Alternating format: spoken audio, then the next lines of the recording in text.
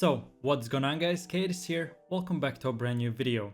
I hope you enjoy all the other streamer PvP montages, but today I have a different type of video for you. If you did not know, I started playing Albion 3 almost 4 years ago in the closed beta even till the actual game released.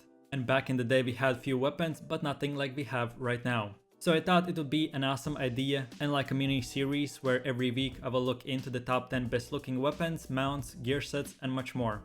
And as for today, as it is the first episode, I will be showcasing in my opinion the top 10 coolest looking weapons in Albion Online. Keep in mind that this is my own personal opinion and none of them are in any specific order.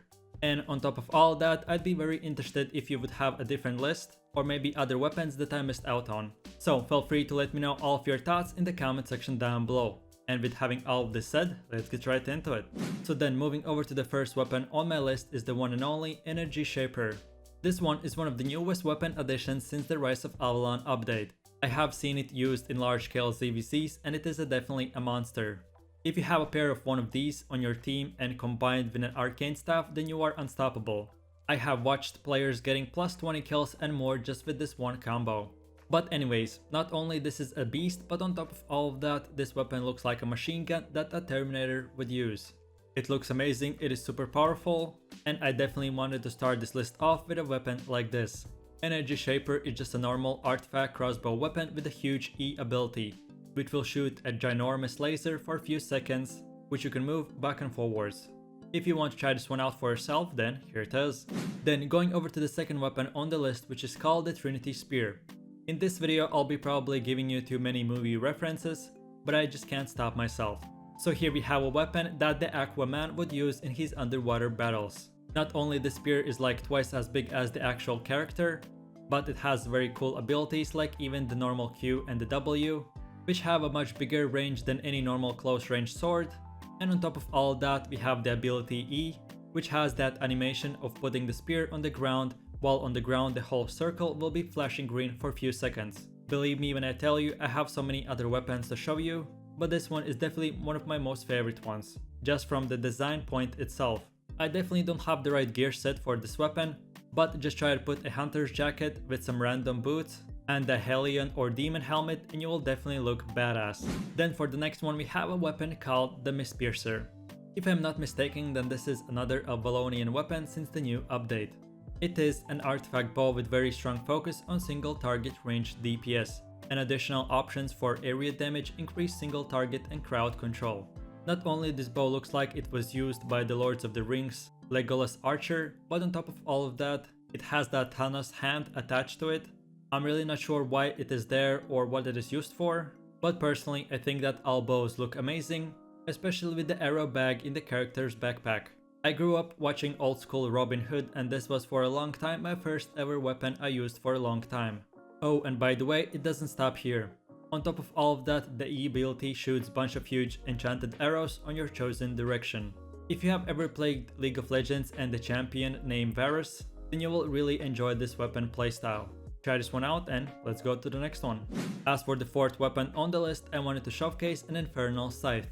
Have you ever seen an old school movie where people were mowing the lawn or cutting the grass? Well, if your answer is yes, then it looks something like this. So Infernal Scythe is an artifact axe weapon with a strong focus on bleeding enemies out through AoE abilities.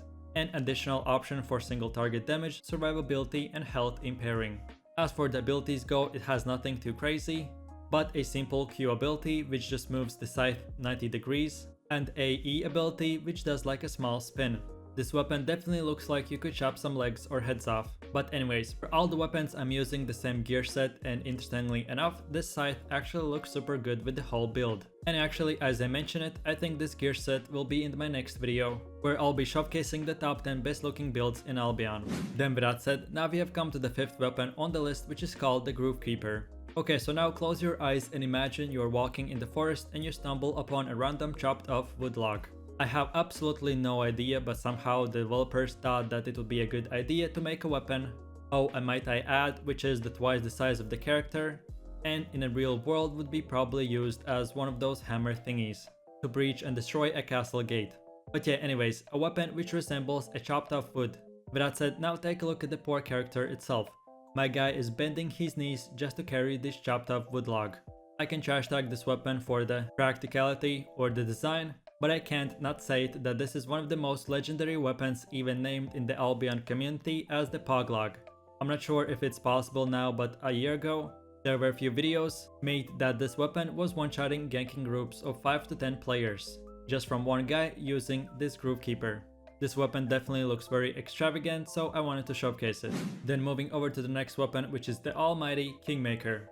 I really think that developers spend 99% of the time on balancing the weapons themselves, that they just find a random word in the dictionary and name the weapon that way. But to be honest, I actually like the name. And not only that, but the weapon itself is like 25 feet tall. I had seen claymores or carving swords being huge and super tall, but this one definitely takes the cake. Imagine carrying the sword in the backpack like we have seen in the movies when the guy isn't fighting, but for this weapon it's basically impossible. Actually, when I think about it, you could use this weapon's height as a bridge to cross a small lake or something, then actually fighting with it and use it.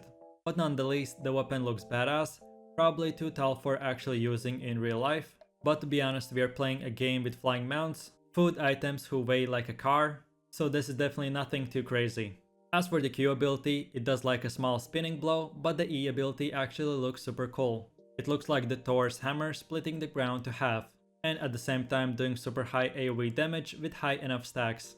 My quote for this weapon is that where this weapon lacks in girth, it adds up in length. Then for the 7th weapon on the list we have a bear paws. This one definitely looks like out of a Vikings movie, and all I would need is to remove the gear, maybe add some fake scars and rip my boots, and I will definitely look like a Viking general.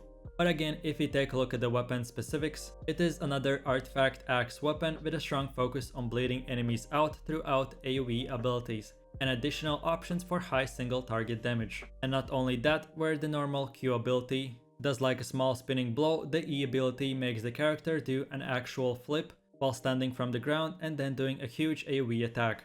This weapon is definitely not in the meta, but the ability looks super good.